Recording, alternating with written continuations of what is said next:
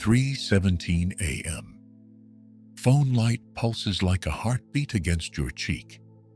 Outside, the city sleeps, but inside your skull, fireworks of restless need. You promised you'd close the app an hour ago. Yet here you are, scrolling, refreshing, chasing one more spark of novelty to drown the static in your chest. This isn't pleasure. It's pain trying on a prettier name. Carl Jung warned, until you make the unconscious conscious, it will direct your life, and you will call it fate.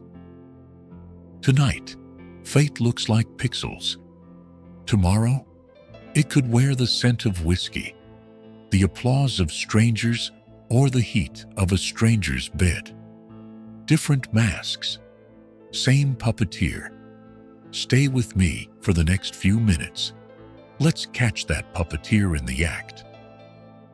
Shadow craving is a hunger born from exile. Not exile from society, exile from your own abandoned rooms. When you were small, you learned to hide pieces of yourself.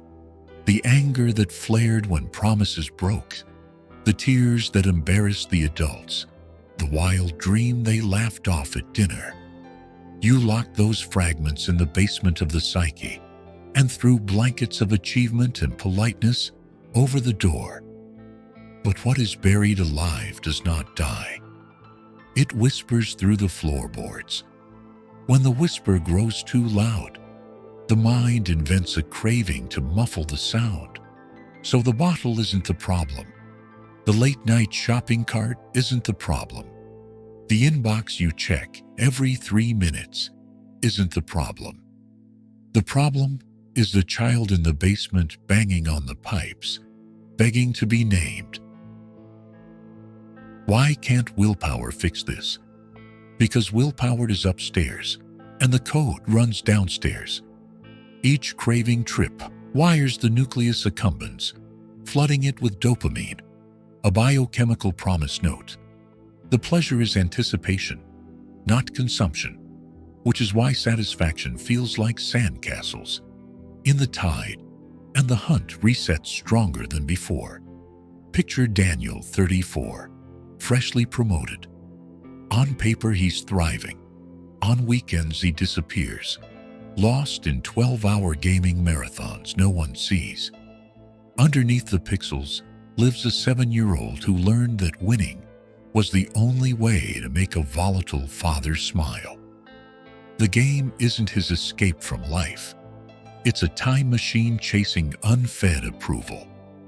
Every unhealed memory writes a line of survival code.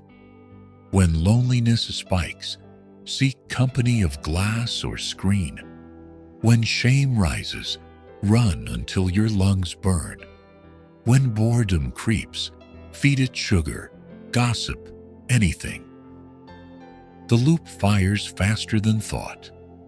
By the time the thinking brain says stop, the body is already halfway through the ritual, hands moving like it's destiny. So the real question isn't, how do I resist? It's, what is this loop protecting me from feeling? And am I brave enough to feel it now? 5 modern disguises. 1. Ambition addiction. You announce that you love the grind. Truth, you fear the silence that appears when you stop. You worship future promotions to outrun present emptiness. 2. Achievement scrolling.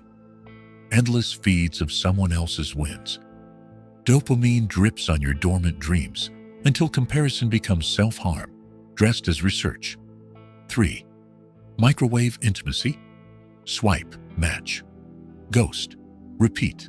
Connection compressed into quick hits, so you never risk the slow terror of being truly seen.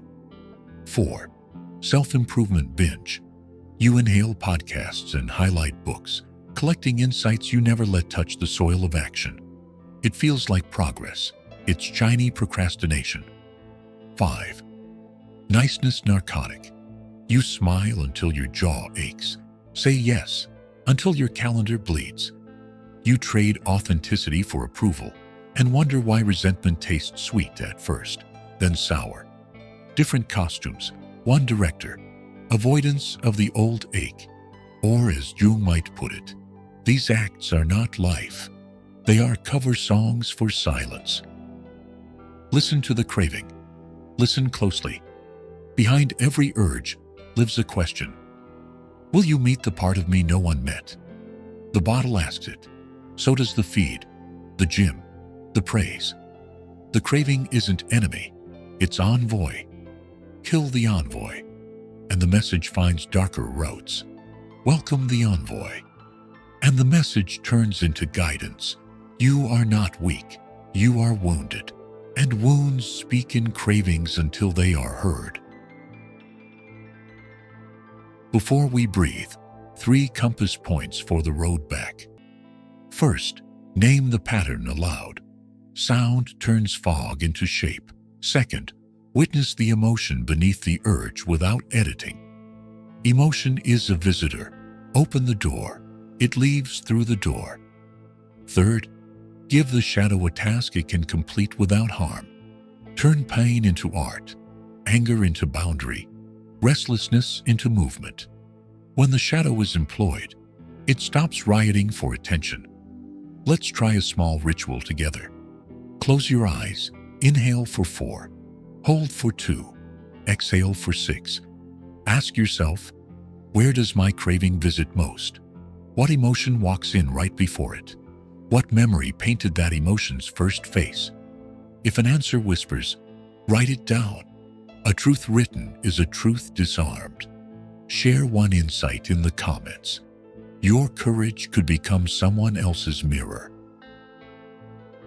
One more truth before we descend. Healing isn't a Hollywood montage. It's rainy Tuesdays, cravings whispering, and you choosing again to sit in a storm without building an arc of distraction. Every small refusal rewrites the survival code. Every conscious breath plants a flag in the unconscious. Facing the craving is only the threshold. When you step through, the ground gives way, because before you rise, you must descend. The descent is Jung's second stage of healing, the abyss, where shadows show their full shape.